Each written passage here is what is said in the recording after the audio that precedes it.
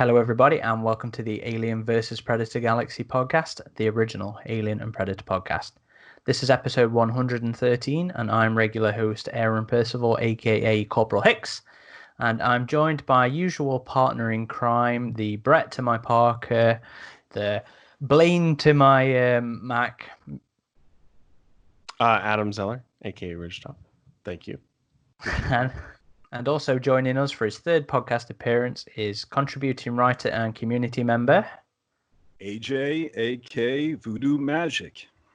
So AJ's on. That means we're talking Predator. We have done a lot of Predator these last months. Actually, I think this is the most consecutive. It's more of a Predator year, and I have my suspicions that next year is going to be more of an Alien year. But this seems like a Predator year. I'm loving it while it lasts. Yes, but I suppose that's actually going to be something we talk about is the frequency of the Predator stuff and whether this thing really matches up to, how often we get things. So we are talking Predator Stalking Shadows, which is the prequel novel to, all three on the webcams. Which is the prequel novel to Predator Hunting Grounds. Now, we all really enjoy Predator Hunting Grounds. We've got our issues with some elements of it, but in terms of the lore and the storytelling, the story building, we all really dug Hunting Grounds, didn't we? Yeah. And I actually went into this one with some pretty high expectations, actually, because of how much I liked the lore that this was supposed to be building on, but it's also written by some Predator pedigree.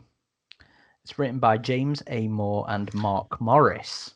And you may recall James A. Moore from this excellent book he did, which was the prequel to the fourth Predator film, The Predator Hunters and Hunted, which Aaron and I both really enjoyed, which we thought was better than the movie itself, but it was a prequel too. Definitely.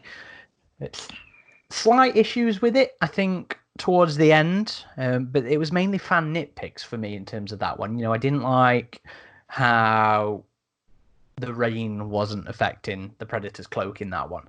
That was pretty much my main issue. Wasn't that repeated in this one? Yes, but this one, they actually justified it. When I interviewed Jim about Hunters and Hunted, I was like, so what was up with that? And it was like, in my mind they got better with the cloak technology. And they talked about it a little bit in this one, but the rain was still affecting. Yeah, they said it would spark. So I kind of, in my mind, I thought of it like, well, if it's a body of water, then it totally disrupts the cloak, and if it's rain, then it might flicker or something.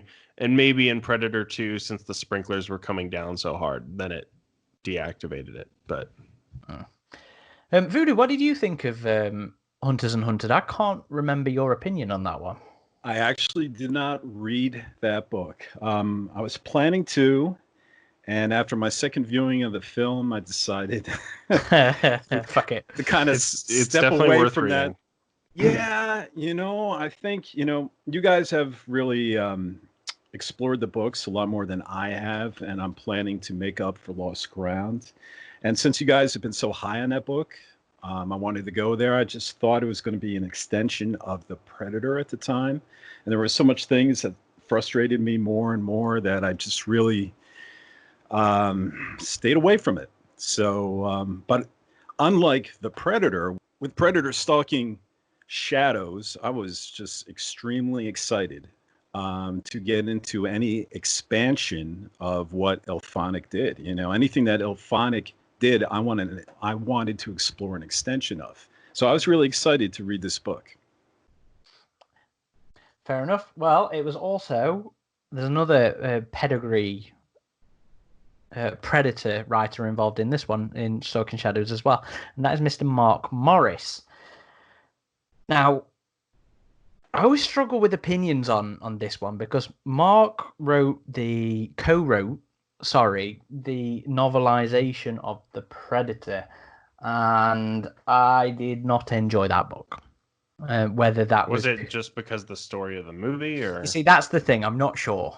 I mean, The Predator was written by Christopher Golden and Mark Morris. Now, Chris has also written other Alien stuff before as well. He wrote River of Pain. And Mark had never written, as far as I'm aware, Mark had never written anything Alien or Predator before that. And I'm not sure whether it was just hating the film, fatigue of the film, or the actual book itself. I've not revisited it since, and really I have no desire to revisit the book. So not really sure how fair of an opinion that is towards his involvement with this one. But unlike Hunters and Hunted, Stalking Shadows for me is in that category of the Predator novelization where I just don't really plan or have any desire to revisit this one. Twice was enough for me, once for my initial review and second time as prep for this episode, because unlike Hunters and Hunters, I just did not really enjoy Stalking Shadows at all. It didn't hold up to the expectations I had based on how much I enjoyed Jim's previous effort, or how much I enjoyed the lore as it was presented in Hunting Grounds. I'm kind of glad that Hunting Grounds actually got the one up in terms of getting Dutch back into the lore and the continuity through Jake Busey's stuff, rather than Stalking Shadows being his debut back into the series, because it really didn't do it for me. We'll get into it in more detail, of course, as throughout the episode, but basically for me, it came down to spending 2/3 of the book ahead of the main character, Dutch barely being involved in the story, and I just feel like Hunters and Hunted did the same thing but better, basically. What about you, Voodoo? Well, my general thoughts with the book was boredom. I was not pleased. Like I said, I was very excited to get the book. Anything tied to the good vibes of the Ophonic game, I was just thrilled to get my hands on it. But a good way to describe it is Predator Stalking Shadows is like a Batman story that doesn't center around Batman, but by a bystander. And Dutch is the Batman. And if at least it was told through someone closer to Dutch, like the butler Alfred, where you get these neat behind-the-scenes nuggets because this person is in the thick of it every day and around the detective work and around the weapons. But it's not that. It's told by someone who often sees from afar and nothing more. It's told by this guy named Scott Devlin, or surrounds this character, Scott Devlin, who just often just crosses paths with Dutch. Where Dutch is coming, Devlin is going. On the back of this book here, okay, it says Dutch is back, okay, in bold red letters. And technically, it's correct, right? But it feels like false advertising to me. It should actually say, meet Dutch's friend, And be honest with you, that feels like a squandered opportunity. Scott Devlin, the protagonist, is just not that interesting. He doesn't seem to have an interesting arc, or a character arc at all, for that matter. And when he finally interacts with the Predators, it just feels too little, too late. So I can best describe it just as a missed opportunity. That's my thoughts. Okay, Adam, what about you? It sounded like you kind of like this a lot more. I think we're gonna have. It's been a while since this has happened. I think I liked it more than you guys did. One thing I think James Moore has a real strength for is showing camaraderie of these soldiers. And just like we saw that in The Predator, I thought that was really strong in how it was presented in Stalking Shadows. And I thought the format was very interesting in how... So Hunting Grounds takes place in 2025. The prologue to this is right after Predator 2 happens in LA 97. And our protagonist Scott's first mission is kind of centered around the cleanup and investigation of that site. And it seemed like almost every chapter jumped ahead a few years, but at the same time, the story felt very consistent. So I thought that was an interesting format, how the time jumps were like pretty big, at least 1, 2, 3 years for every chapter. But it still felt like this was one consistent story being told. And yeah, it wasn't Dutch's story, it was Scott's story. But I thought he was an interesting character personally, and I liked his relationships that he developed with his friends. And even Dutch, even though it was kind of a distance friendship, there were a few moments that I thought were genuinely intriguing, like when Dutch shows him about the existence of the predators for the first time and gives him the choice in the folder, like, this is going to change your life, or you can go back to just doing what you were doing in this anti-terrorism unit. But if I show you what's inside this folder, your life's going to change. Are you ready for it? So I thought the book had some really strong, really interesting moments like that. At the same time, it did have its issues. I feel like for a lot of people who have expectations with the video game, this is not going to satisfy that. Because it just doesn't really go into, I think, the Stargazer stuff and the Dutch stuff as much as a lot of people are probably expecting. I think the last chapter before the epilogue takes place in 2013, and then the epilogue jumps ahead to skips the 10 years. Completely. Yeah, to Hunting Grounds time, and it mentions the events of the Predator. But I would have liked a bit more exploration of that, because this is a whole big. I mean, maybe not, because the Predator's terrible, but at least I feel like Hunting Grounds kind of retroactively makes me like the Predator in theory when I don't actually watch the movie. So I was hoping this book would do a little bit of that as well, and it doesn't. But I really did like the sense of camaraderie, and the scenes with the Predators were pretty cool. I love how they were described when they were hunting. And even how it emulates some of the things that happen in the game, like when the tables are turned on the scout and they're running after the scout, and it made me just think of how a match in the game will sometimes turn out like. And he describes it as the Predators really don't like it when the fire teams are the ones hunting them and the tables have turned. And I'm like, oh yeah, like the whole scene where he comments on it's much lighter and faster. It was like, oh, they've come across a scout predator. So I really like those little connections that it had to the game. But yeah, I feel like they could have done more with it. It just like Hunters and Hunted, there was a lot of focus on internal government politics and stuff, and just kind of the soldiering aspect. And you had some strong scenes with Predators. I really liked when they found the crashed shuttle as well, and you had the team of like seasoned Predator hunters introducing these new members to like, oh yeah, check out your first alien, guys, here it is. So there were moments that I genuinely really liked about the book, but I do feel like for a lot of readers it's just going to be too slow, and there's not going to be enough action in there, and there's not going to be enough connections to the game. But I personally enjoyed it. I mean, it wasn't like incredible. It's not like one of the best Alien or Predator novels I've read, but I liked it. Okay. I mean, there's some interesting points that we'll get into. Stuff I agree with you in from what you've said, which we'll talk about as we get on them. So let's read the synopsis first, and then we'll just pick a starting point. So, the action-packed prequel to Predator Hunting Grounds. In the aftermath of the events of Predator 2, U.S. Marine Scott Devlin is assigned to the cleanup operation in Los Angeles.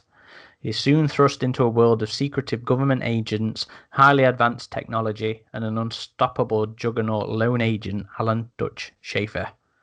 Dutch is back. Sort of. He's in here occasionally. As Devlin rises through the ranks, working in elite counter-terrorist units, he gathers evidence, slowly piecing together the shocking truth of what he saw that night. Fighting for freedom from the jungles of South America to the Scottish Highlands, Devlin learns who the real enemy is and how to fight for survival. He's not the only one fighting back against the Hunters. The Hunters? That's terrible. He's not the only one fighting back against the Hunters. Dutch has been working in the shadows ever since his first encounter in Central America, gathering knowledge, weapons, and teammates. Fighting both the Hunters and shadowy government agencies, Dutch and Devlin must team up to take the fight to the aliens to become the Predators. Sounds interesting. Certain things are. Now let's start with, I think, Adam, your point as to... We'll start with Scott. Now, Voodoo, you said you didn't really find Scott interesting. And Adam, you said you actually really liked the camaraderie. Oh my God. The camaraderie. Oh my God, Aaron. Can you leave that in? It'll be in the YouTube version. Don't worry. That's always much less anally cut.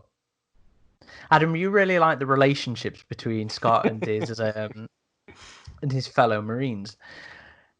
Now, while for the most part I agree with AJ in that, it was a bit boring, mostly because Scott is so passively involved in what's going on and the Predator stuff. I completely agree with you, Adam, in that I really liked their relationships. I really liked the bonds between Scott and Marcus and Flynn and I forgot Lau. Yes, yeah. And Lau, and even Scott's sort of developing friendship with Dutch, I really enjoyed. For me, a lot of the not so Predator involved parts of the book, I was kept entertained purely on those character interactions. So I'm assuming you don't necessarily agree with that, AJ?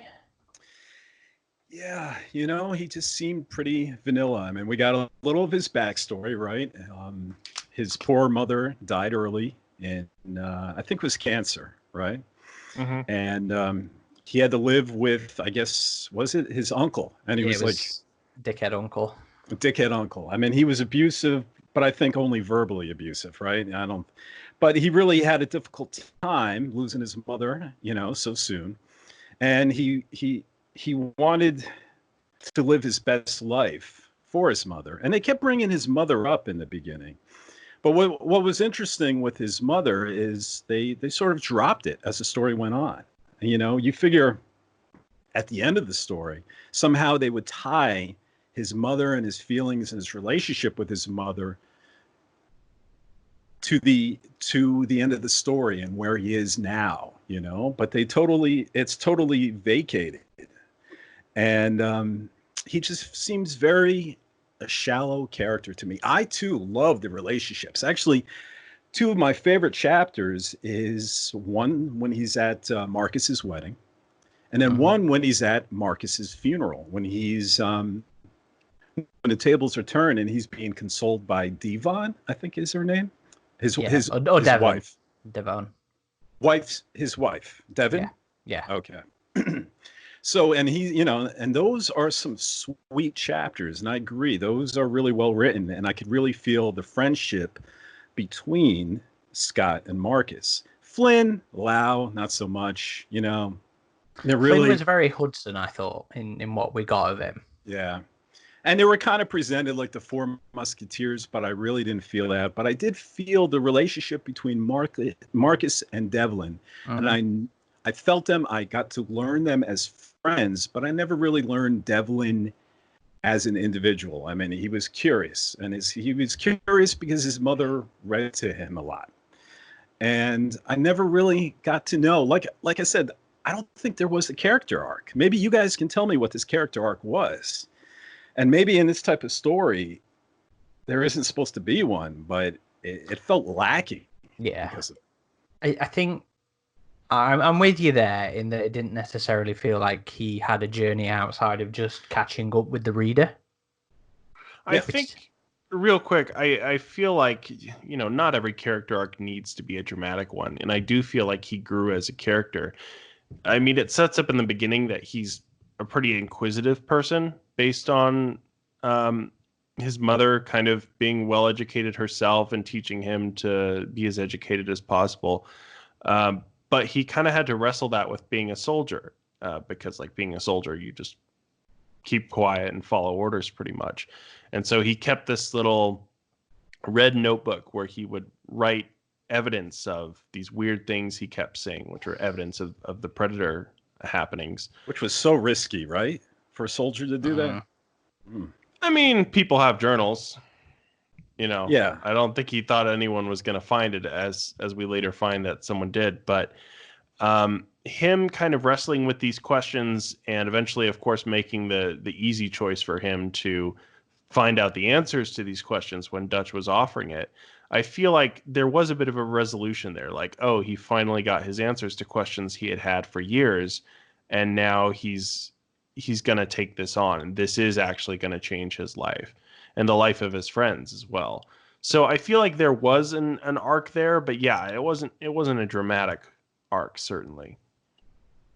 But then that's a problem I had with it.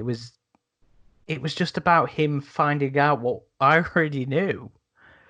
And that bores me. I hate tie-in books where I have to spend a portion of the book waiting for the characters to get caught up with what I know. And sometimes that's labeled as an excuse to catch up new readers to the universe. But I have to wonder how many bloody people pick up tie-in books without really being too knowledgeable about the series anyway. But for me, it's a waste of page space and story, especially when presented like this one. This is again why I think Hunters and Hunted did it better. When we got to Hunters and Hunted, that team knew what they were facing. They'd already had Roger Elliott acting as their mentor. So when we got in there, we were at the same place as those guys, and we took the journey together.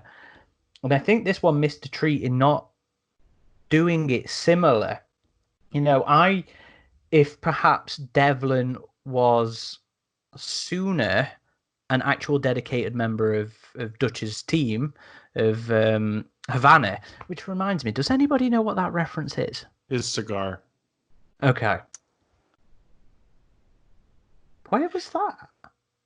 Well, it wasn't anywhere, but I figured that's what it is because he always has a brand cigar, of cigar? right? Yeah.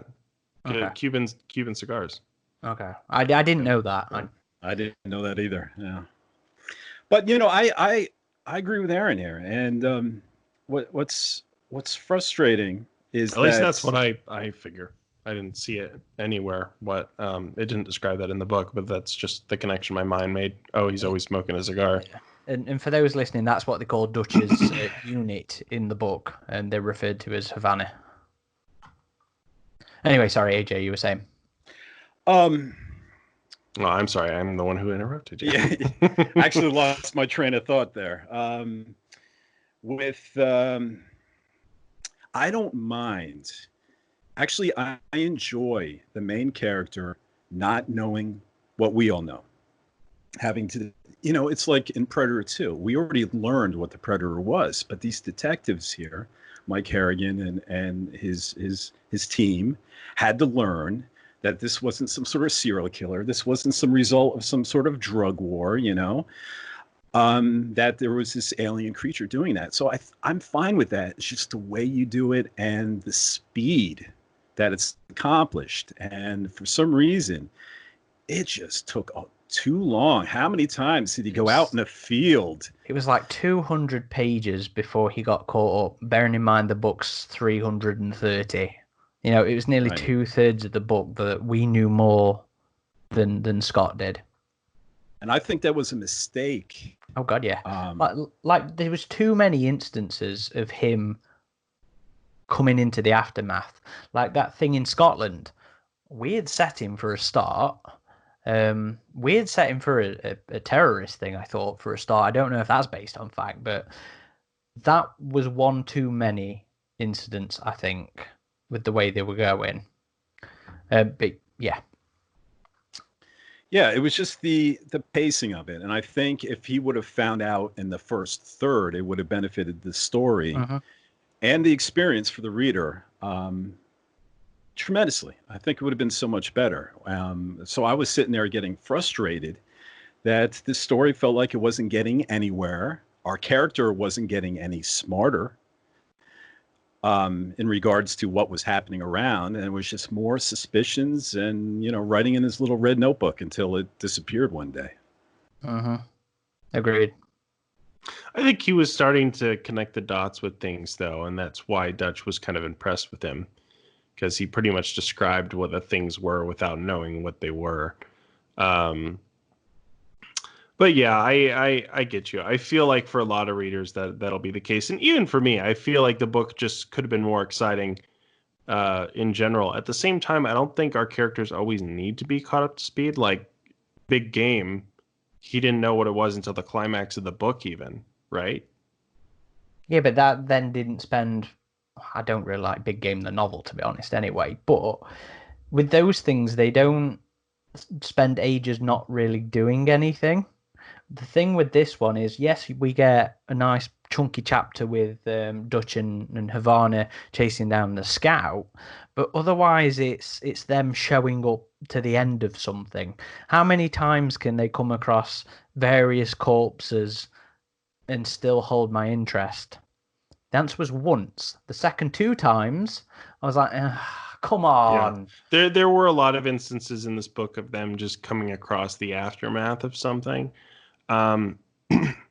I did like the whole bit with the volcanic jungle where they find the crashed spaceship and they enter it and they see these like predator dog little nests, I guess. And then the scene that played out after that was probably one of the more intense action scenes of the book, I thought.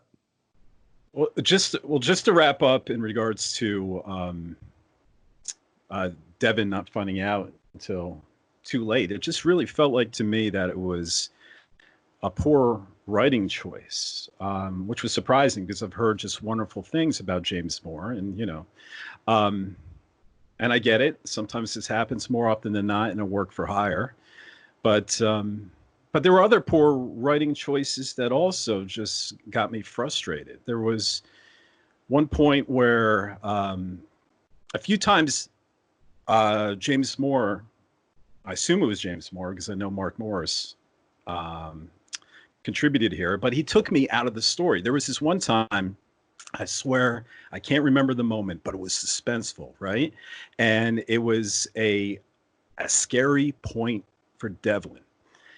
And then where Moore actually said that Devlin couldn't actually process what he was seeing. And it only took years later for him to be able to process what he saw, that he can make sense of it. And I was like, years later, what? It like drained all of the suspense of the moment. After he completed that sentence, it returned to present day. And I'm like, okay, now I know this situation, Scott Devlin is going to come out alive.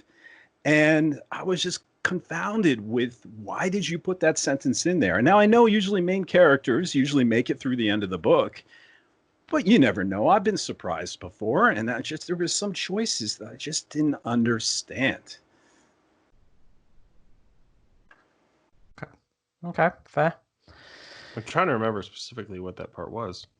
Yeah, it wasn't something I picked up on, I must be honest. I don't know. I'll try to find it maybe when you guys are talking. It might be a bigger challenge. But I mean, there were other things. I mean, there was the usage of metaphors that I was constantly struggling with. I mean, there was one time where it was during, I think, New Year's, where Devlin stepped outside the mess hall, and he left everyone, I think, to go get fresh air, look at the stars and stuff like that. And it said in the book that he felt detached, and I get that. But when he left, he also used a metaphor, and he said, like, Devlin felt like an ant leaving his colony. And I'm like, okay, fine, nice metaphor. But then he hits with another metaphor, and he says, he actually pulls out another one and says that Devlin also felt like a mutineer cast adrift away from his ship. And I'm like, the man just left the mess hall. I mean, I actually stopped reading the book. I actually paused and said, did I just read that? Did I just read two of these metaphors used for leaving the mess hall? And I was like, it took me out of the book. Another case where it took me out of the book, and I just felt like some of this was just padding versus passion. Yeah. Padding versus passion. Interesting you bring that up. There's another point where it's like they were kept in the dark like mushrooms, and I'm like, what? Why was that necessary? Like, so now that you mentioned that, I'm like, there were a few metaphors in there, huh? But yeah. And usually they're good when they're required, but they was just used to a great degree that I felt like we're just trying to increase the page count. So I kind of suspect it's Mark Morris's influence in this book that make me not like it. I mean, it's hard to really know with these co-written by things, but Mark is the guy that seems to be brought on when the original writers can't finish the book for whatever reason. So with The Predator, we know those late stage third act rewrites completely changed a lot of the story, and it seemed like Chris couldn't come back and redo the job, so Mark steps up to do it.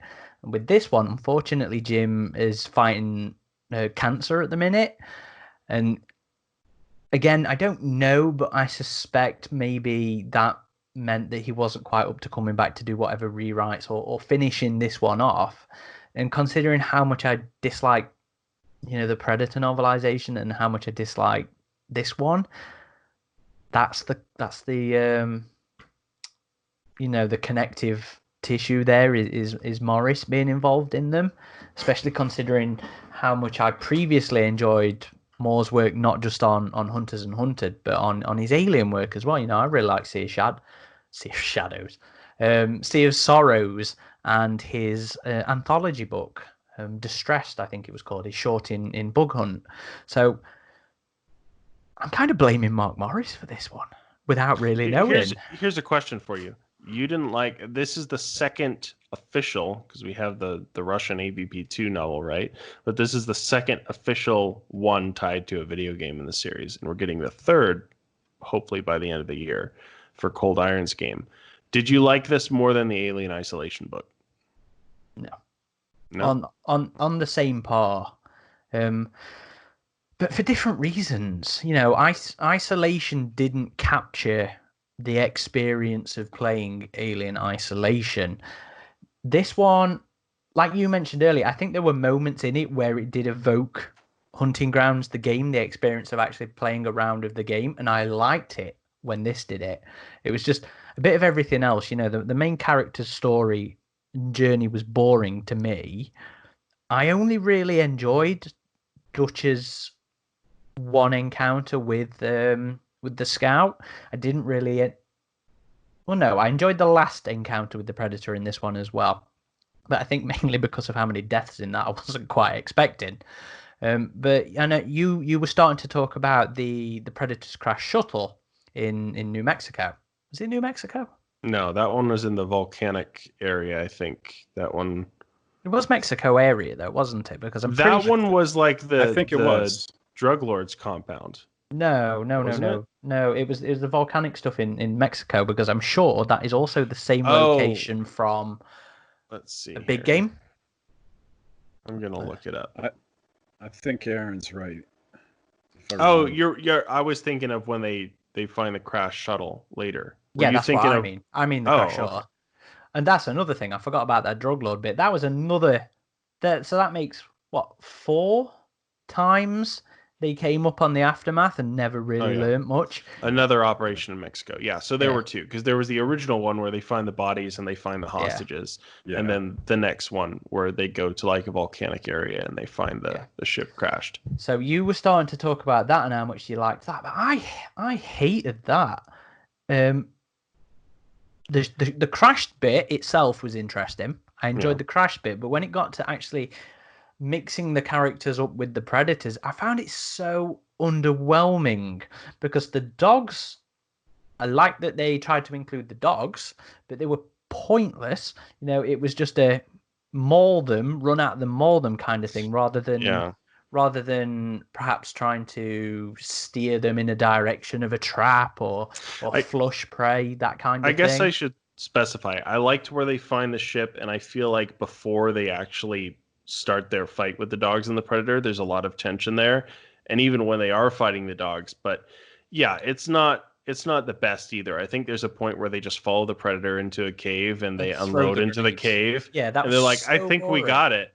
And I'm like, really? You're going to end it like that? And even the dogs, too. Like, this reminded me of the Predator. They just throw a grenade to the dog and the dog eats it. And I'm like, those dogs love to eat the fucking grenades, don't they? Just like that movie. And it even had the fucking not dreadlocks, mandibles. So these were obviously the same dogs from the Predator, because it also specifies they had green blood, because the ones for Predators had red blood. Yeah. So and they also specified pods, and that also took me back to the Predator, Yeah. In my mind, though, when it came to the crash ship, I was sort of envisioning a cross between the original Predator shuttle that they then used a fuck ton in Dark Horse comics and the Predator 2 ship, because there was a comment in there that I thought you would actually like, AJ, where they were talking about how it seemed like the ship had been grown, evoking the Predator 2 ship. I did. So I was excited about that, and I thought they might go a little further, but no, that's not it. That kind of ended abruptly, just like the conclusion of that battle with that Predator in that cave. Yeah, so anticlimactic. When that happened, I think I was ready to throw the book across the room at that point. Damn. It's just a waste, man. It was a waste. The actual only real Predator battle I really enjoyed was the one with Dutch. And let me just start there. In context of the entire book, the Dutch chapter almost felt like an afterthought to me. I can agree with that. It's out of place. It felt like the editor realizing in a book we're advertising, Dutch is back. That they haven't featured too much Dutch. Quickly, we need more Dutch. Yeah. Throw a chapter in. And we have so many years without him. We need him back. But yeah. And once that chapter was inserted, it begs the question why Dutch wasn't just a protagonist, to begin with, versus Scott, because Dutch is the far more interesting character, and people have been waiting for this for 30 plus years.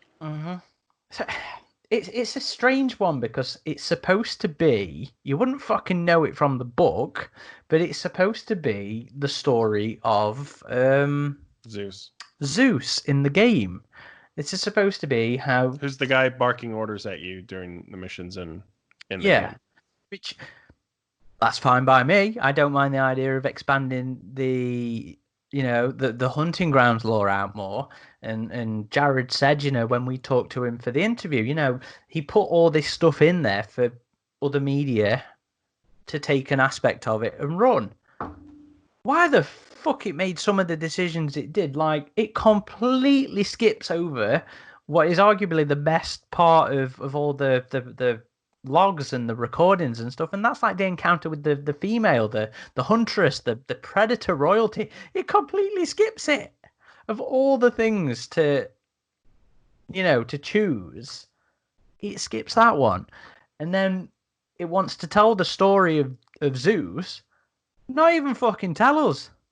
It does not say once in the book about his call sign or anything. So when I finished it for the first time, I was like, well, is he supposed to be Zeus? And then it kind of insinuates it. It kind of insinuates it in the epilogue when he's in his, because he's had an injury, and he's in this command room essentially with his staff, and he's in contact with fire teams all over the globe. So it does kind of insinuate that if you've played the game.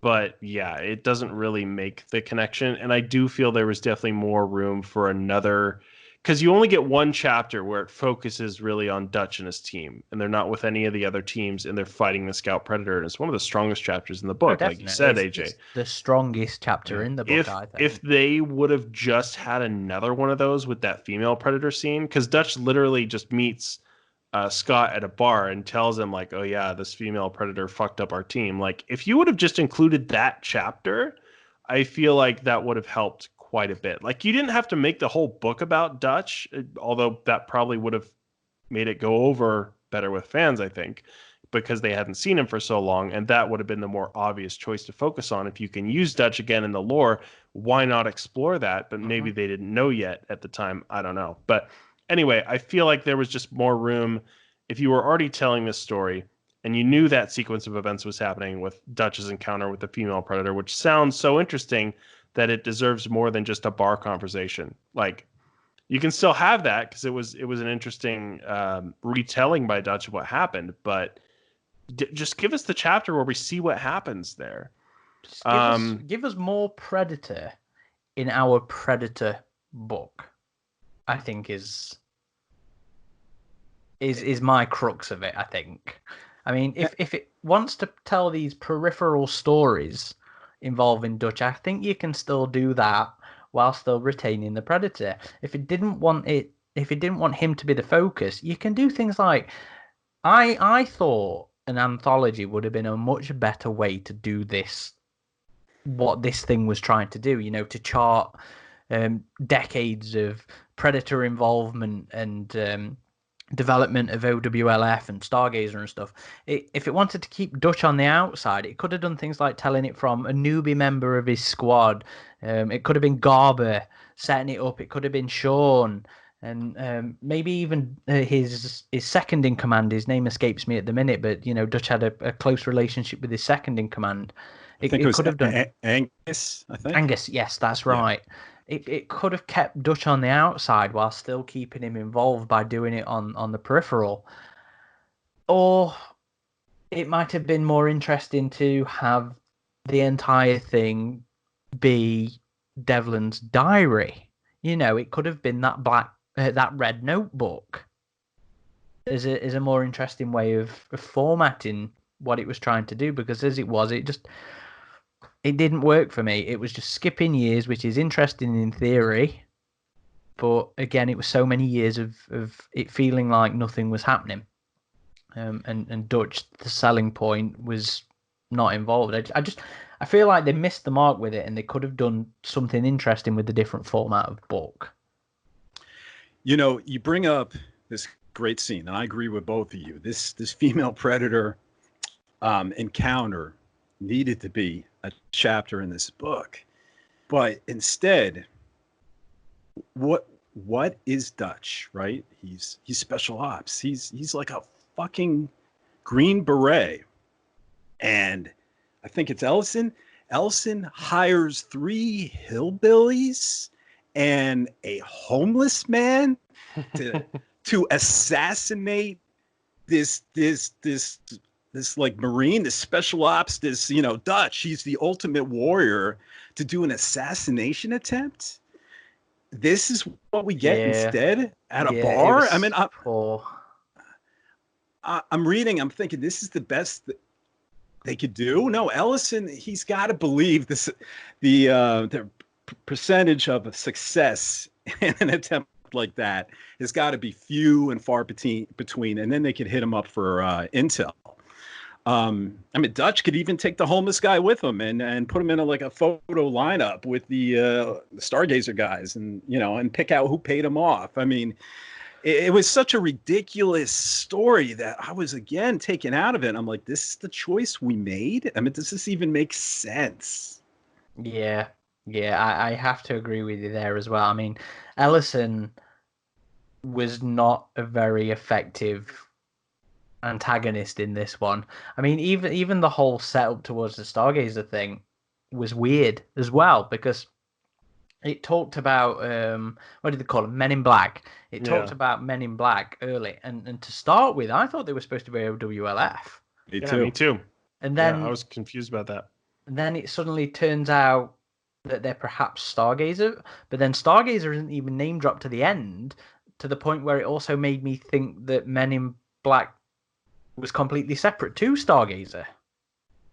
Yeah, because it talked. I think in the epilogue it talks about Stargazer being a new thing that showed up 2 years prior to. They only make vague references to it, like it's this rival part of the government that's more ruthless, with private funding. Which actually fits in with the story that they were telling in the tapes and stuff about Stargazer being this regressive, privatized equivalent to OWLF, but it doesn't marry up.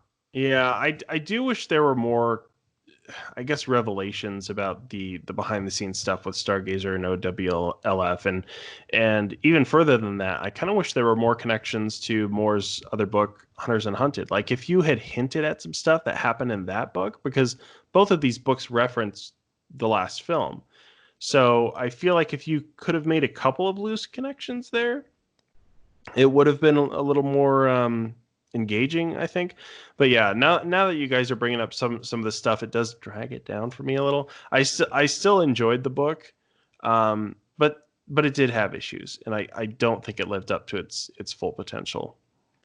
I do want to touch upon the that Dutch scene, the best chapter. I thought of you, Aaron, when I was reading it, because at first it turned out to be a scout predator, but at first it said it was a fast predator, and it was so fast it was possibly cybernetically enhanced, and then they even suggested it might not even be a predator, and I was like, immediately I went River Ghost, you know. Yeah. And if this turns out to be a river ghost, how excited is Aaron going to be, you know? And it didn't turn out to be the case, but it was still great. And I actually enjoyed from that chapter also the aspect of that reflective paint, you know, instead of regular camo paint. It was something to affect, it blocks heat, right? And it blocks some of the thermal viewing of the predator. So I thought that was rather a nice feature.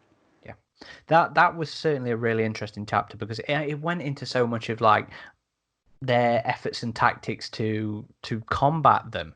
You know, things like Dutch purchasing, you know, getting in that tree and just stillness. I mean, echoing back to, you know, that moment in Predator, you know, when he's clamped down and the Predator's climbing down hunter, the tree. Yeah, it kind of repeats. Yeah, but not in an obnoxious way.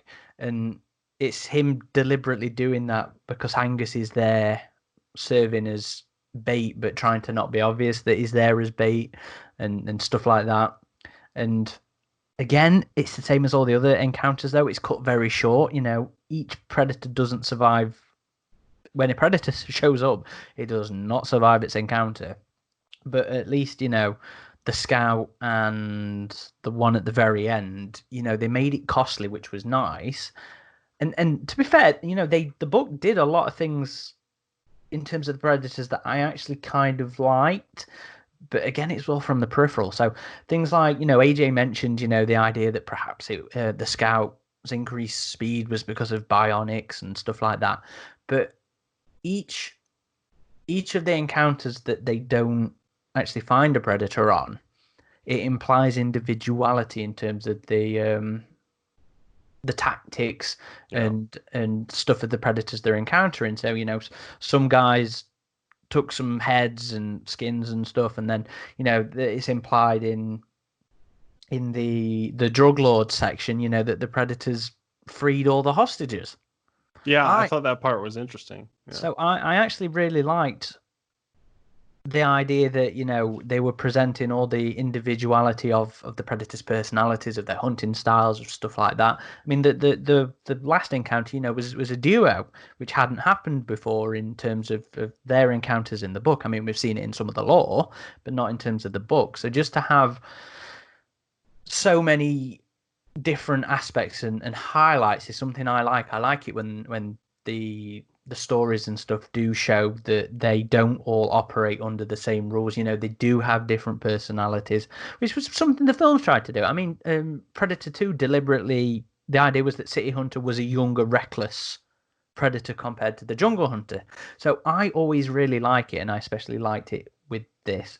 But again, that also presents a problem in itself, and the predator itself isn't the overarching thing of the, you know, the book. There isn't one consistent predator antagonist in this. Again, it's the boring journey of Devlin catching up with me and Dutch, I suppose, to an extent. But yeah, there were little bits in this that I did like. What did you think about the individualization, as hinted as it was, AJ? There really wasn't enough of it for me to actually even notice. I mean, I would have loved to see more of that, more aspects of that, more different hunting techniques. But it just felt as everything. It just felt very lacking in that regard, and that's fair.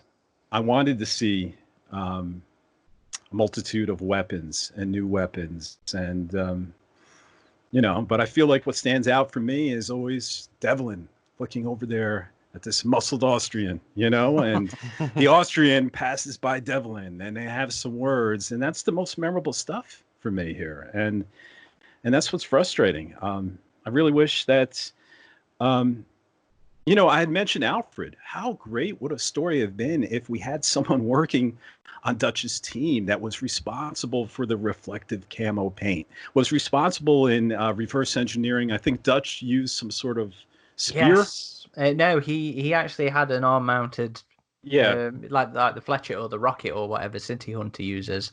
Okay. And which was a cool moment. But again, the things that I pull out of this are moments. Right. They're tiny little morsels that are not enough for a meal. Yeah. They leave you still starving, and you wonder, what did I just spend my time reading? And I don't mean to be very harsh, because I just want to caveat that both the James A. Moore and Mark Morris are very good writers. But with anything, there's hits and misses, and sometimes there's a miss, and I'm feeling like it's a big one. Yeah. Yeah. I personally, I don't felt okay. So yes, it was a missed opportunity. I feel like the things, like you say, AJ, on the back of the book that people are going to be expecting and craving are not satisfied for sure. But for what was there, I did find it engaging enough. For me, it was above average book, but I do feel like it was also squandered potential, unfortunately.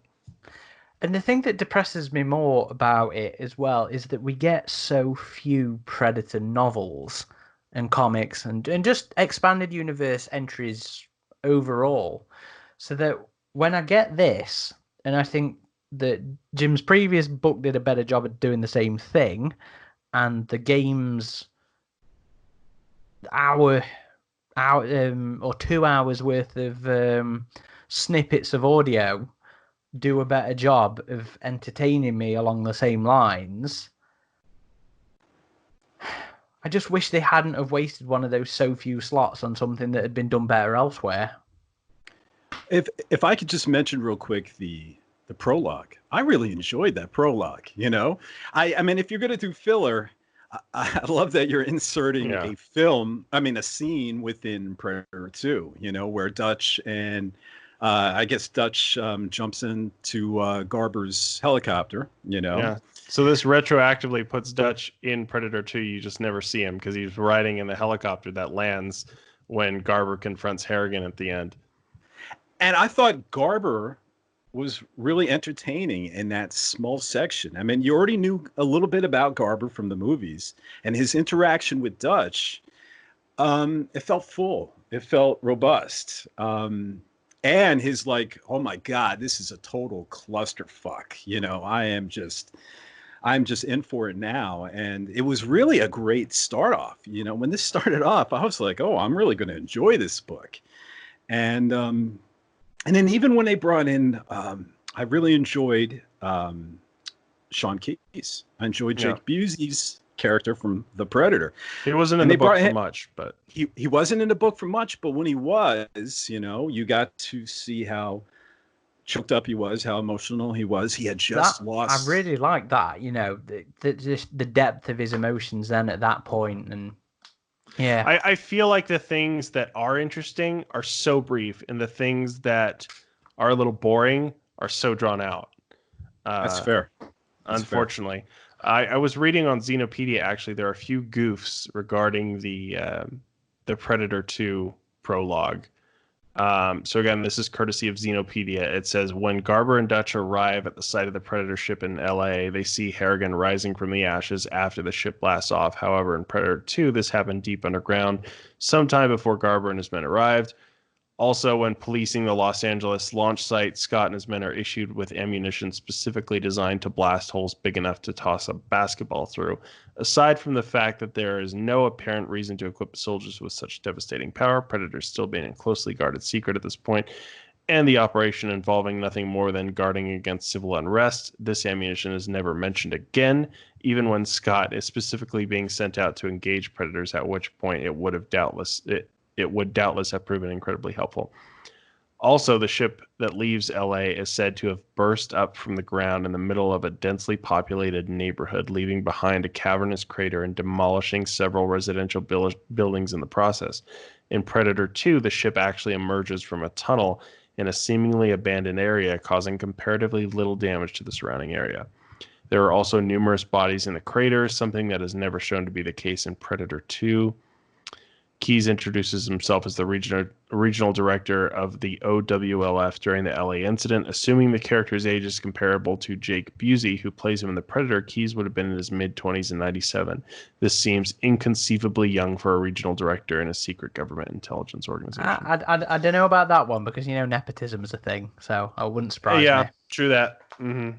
Anyway, sorry, AJ. But I was confused to creative.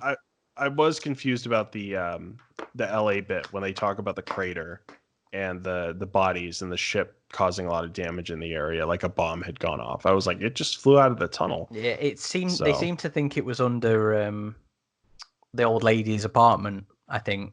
Which, yes, they did sort of get access to it. Well, I suppose it was directly under the old lady's apartment, wasn't it? Yeah. But you assumed it flew out of a subway. I think in the script there was a big drainage basin, sort of. I don't know, something. It exists in California. I forget exactly. The LA River, right? Maybe, but, yeah. But no, you know what? I guess that wouldn't be that. But I just took it as creative license. I mean, I didn't mind that there were bodies around, but there weren't bodies in the movie, and I was okay. I mean, I wasn't myself. I've been guilty of nitpicking before, but I was actually okay with that. But you're right. It was depicted a little strange enough that I wasn't sure at first that was actually the crash site when I was reading it. I'm like, but then I figured it out. But we're speaking of energy weapons. Maybe you guys can explain to me, because I missed it. Back with the Predator, it seemed like he had an energy weapon that was like almost like a mini bomb, right? It almost was described with this energy bolt like a plasma caster, but this thing erupted into a giant. The one in the last chapter, the last encounter. I thought it happened twice. But yeah, and do you guys? I mean, it actually almost sounded like it was a plasma caster, but a lot more deadly. Yeah. It didn't really elaborate because that part focused really heavily on Scott, who had just been injured, and he was kind of out of it for a lot of that scene, which again I feel might have not been the best way of going about your climax in the story, because he was just like slipping in and out of consciousness during that whole scene while there was this battle raging around him. And yeah, they talk about that. They're like a light came from somewhere and there was this massive explosion. But yeah, I didn't really go into that. And predators aren't dumb, right? I mean, what do you guys think about just dangling one of the fire team members walking around? When it first happened, I thought, oh yeah, that's cool. While he was there, obviously there, and it's like, yeah, don't fucking shoot at me here. But then, yes, when he starts walking across the fucking middle of the battleground holding the dude up, I was like, ugh, come on. And then, of course, he gets shot in the legs. Yeah. I did actually really like Marcus and Lau's death at that point, though, because I hadn't really been expecting either of them. Marcus gets the top of his head sheared off by a shuriken or a disc, and Lau gets exploded by a net. Yeah, that fully contracts quickly. Which I'm not sure how well that would have worked. But again, by that point, I was really into their relationships and their friendships and stuff, and I was like, oh, damn. Be honest with you, I saw someone's death coming. I didn't know if it was going to be Devlin or Marcus, because I also envisioned this idea where Marcus was just going to take over for Devlin. I couldn't figure it out, but I saw the writing on the wall. I don't know if you guys did. Or I guess, Aaron, you were surprised, but maybe Adam.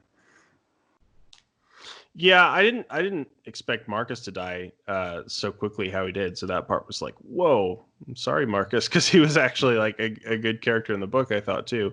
But yeah, I do just feel like that battle scene was a bit too focused on not Scott the Predator in the slipping fight. in and out of consciousness, and while this battle raged around him, I'm like, show me the fucking battle. Like, you're having this climax of the book, so. And it, again, talking of missed opportunities, it was a shame not showing the Predators actually teaming up. One's just there, gets blown up, and then another one's just there, gets blown up. Yeah. But I do think the Predators weren't handled well, other than the Scout. But again, that still went down.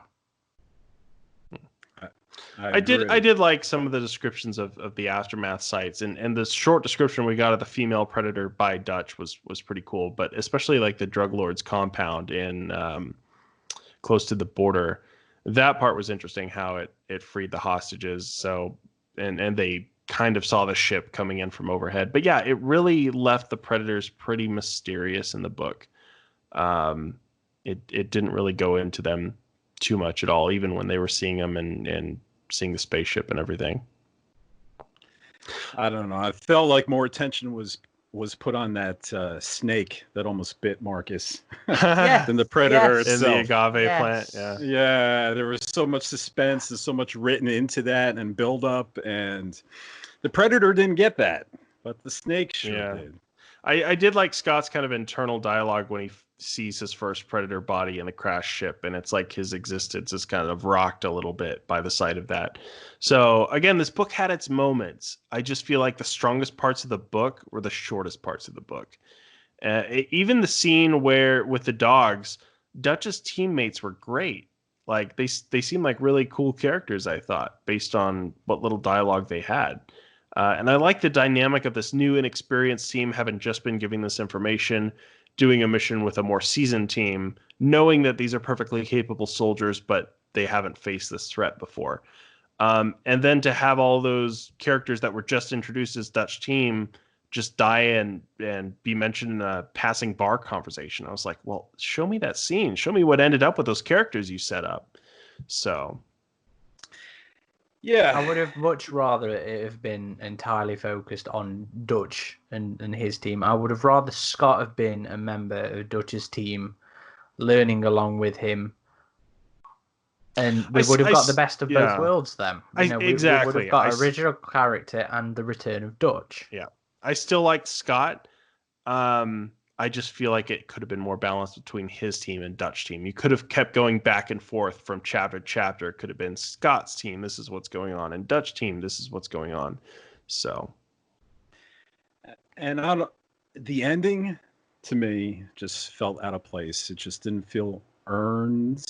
Maybe if they were trying to play more, that he never felt he was going to be happy in life, that Devlin was never going to be married in life. I know he mentioned, I think once, that he hoped to have what Mark has had at some point, but it was really a chapter that just wasn't earned when he finishes that life is good, right? Very good. It was just so brief too. Like the epilogue was just a couple pages and it's 10 years later and it's pretty much just him in an office and he's like, oh, I have a family now. The end. Like, and instead, this is a microcosm of what's wrong. Instead of me getting a page of Devlin's wife, we get the wife's best friend. That's, talking about getting an anniversary gift, for Devlin's Scott's wife. Secretary, by all accounts. Yeah. I mean, that is a microcosm of what's going on in this story, that I would have been more interested in meeting Devlin's wife and having a conversation between them versus joking with the secretary. It's all these choices are just extremely odd to me. And can I also take a moment to nitpick Scott's promotions throughout this book? Now, he goes from what? Private to sergeant to captain, non-com to commissioned, and that's just not something that happens very often. I ended up having to ask about it in our Facebook group because that really pulled me out of the story. That's fucking Starship Troopers level satire of military. I mean, I think people pointed out one bloke from World War II, Audie Murphy, who did that exact chain of promotions, but this was exceptional circumstances and commendations throughout World War II. That is just not how people tend to progress, skipping grades like that and entire sort of different. Well, it did skip a lot of years in the chapters.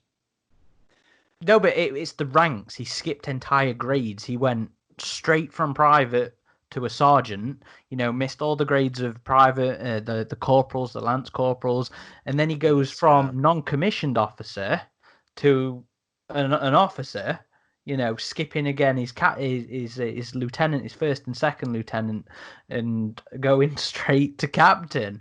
I was just like, I'm not massively knowledgeable on real world military, but I have a passable, casual knowledge based on how much I enjoy gun porn and military stuff like that anyway, to the point where I was like, this is fucking Johnny Rico in the Starship Troopers film. And that film takes the piss out of the military and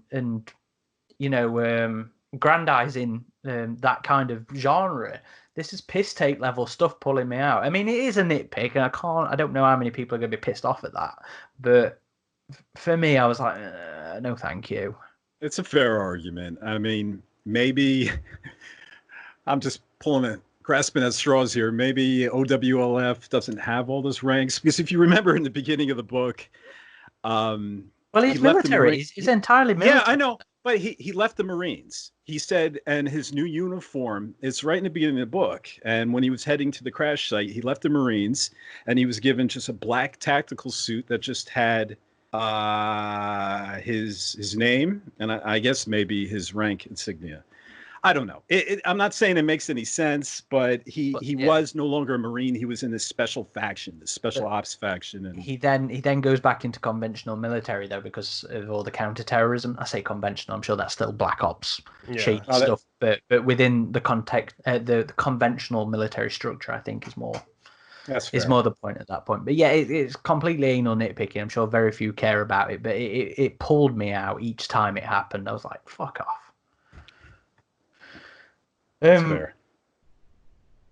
I thought this was going to be a short one because I don't really have anything else left to say about it. I mean, there's not much substance on it. Yeah, I feel like just having it be connected to the game, like having the game's artwork on the cover, it should have tied into that a bit more, and the events directly preceding the game. Well, I still think you could have as well. Sorry, just to interrupt, just to throw in another dig there. Some of Titan's best cover art, because it's a game screenshot. Oh, right? Yeah. Well, yeah. That's a good point. But no, I just feel like it still could have gone through all those years, but it could have done it in a more balanced way and focused on the time a bit more directly leading up to the game, like setting up the game's world that we've been enjoying when we get on and play together. I would have liked to have seen more of that.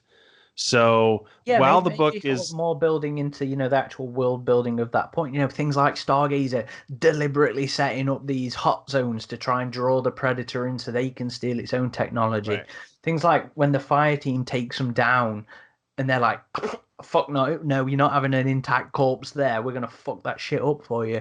It would have been interesting to see that kind of. It did kind of go into that a little bit, how they could never recover a fully pristine body in the book, but I suppose, but not to the level of connecting it to your experience playing the game. Right. But sorry. Yeah, if you're a hardcore Predator fan, I think it's passable. I think I just kind of enjoyed it because I liked the characters, and it was so good to see Dutch again after so long. But you're right, we just didn't get enough of him, and it wasn't satisfying enough. And I finished the book more recently than you guys, so I feel like kind of you're bringing up some points. I haven't had the full time to digest it and kind of stew on it. So I was like, oh yeah, that was a pretty good Predator book. But it's just like some of the movies. Sometimes you start to think about it a bit, and you're like, oh yeah, that kind of didn't work, or that kind of could have been done better. So I still think I probably enjoyed it more than you guys, but I can really see where you're coming from. I feel like it is kind of squandered potential, unfortunately.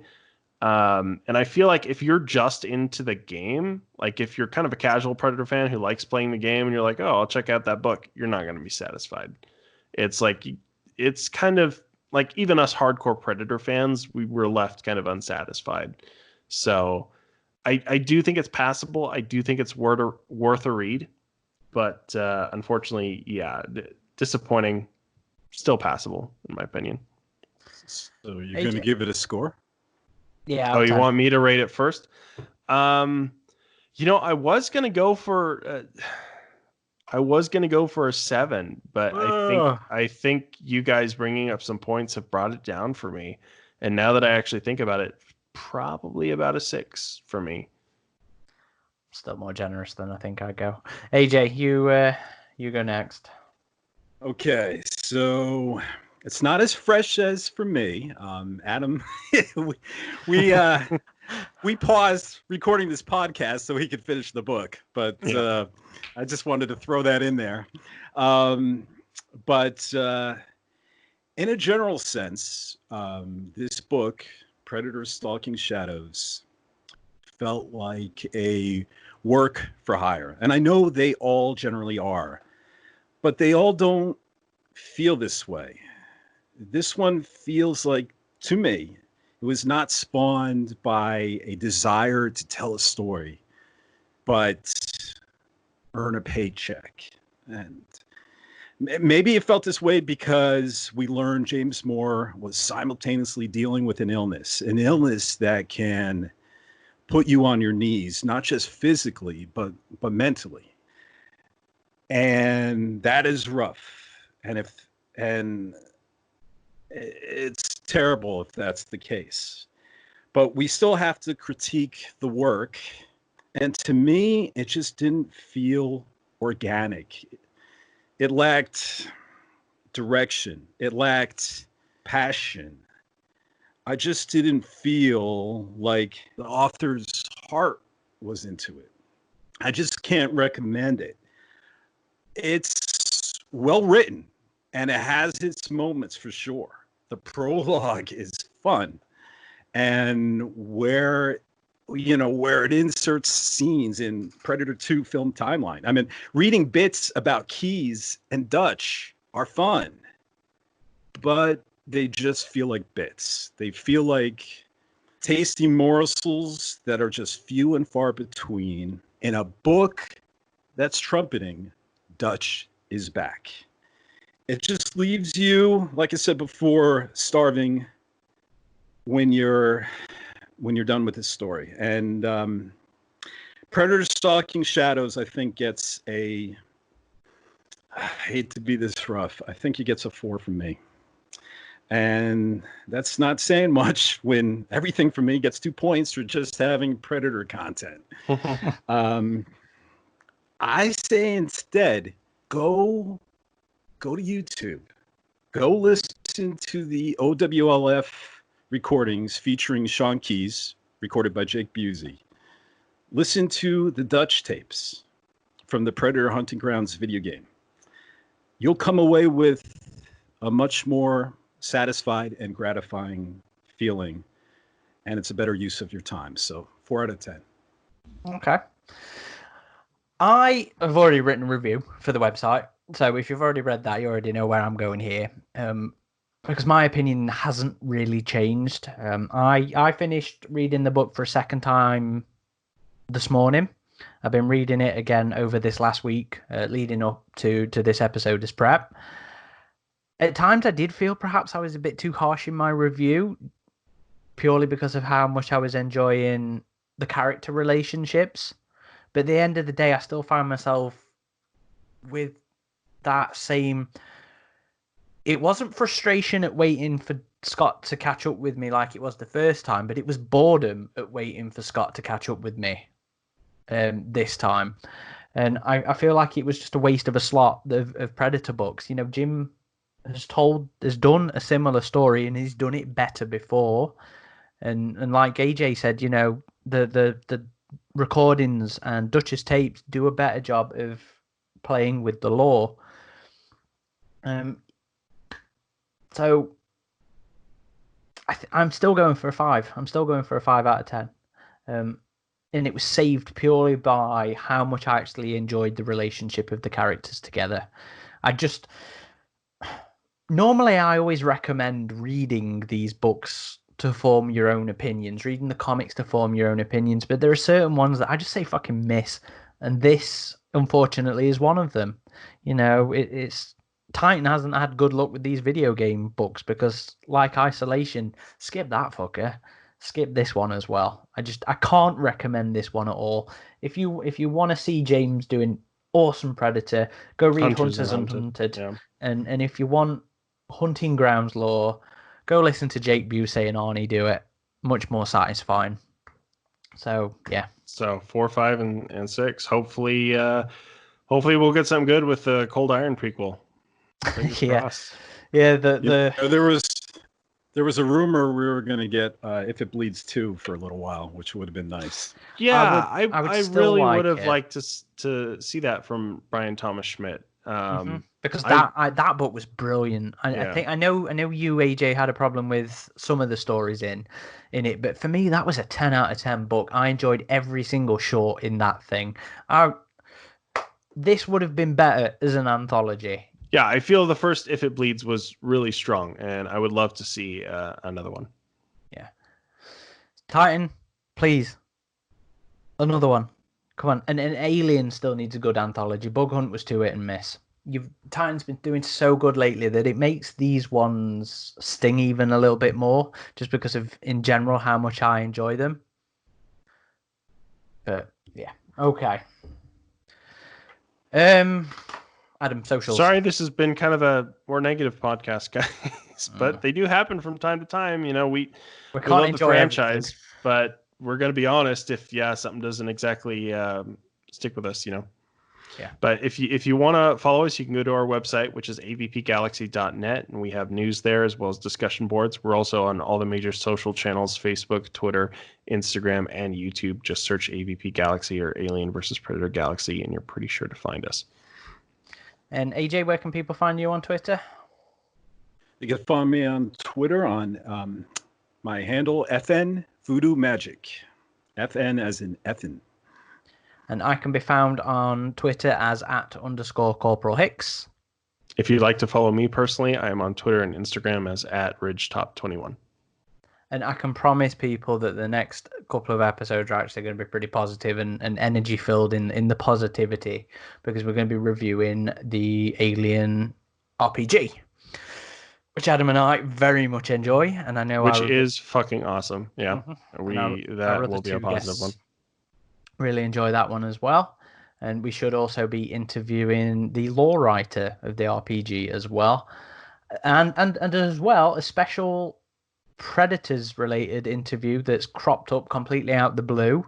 Not sure where it's going to slot in the release schedule, but from what I've been talking about with him already, that is going to be really fun, and I think there's going to be lots of unknown behind the scenes stories of the development of Predators coming up in that one, so I'm really looking forward to that. Anyway, thank you everybody for watching or listening. This has been Corporal Hicks, RidgeTop, and Voodoo Magic. Getting to the chopper.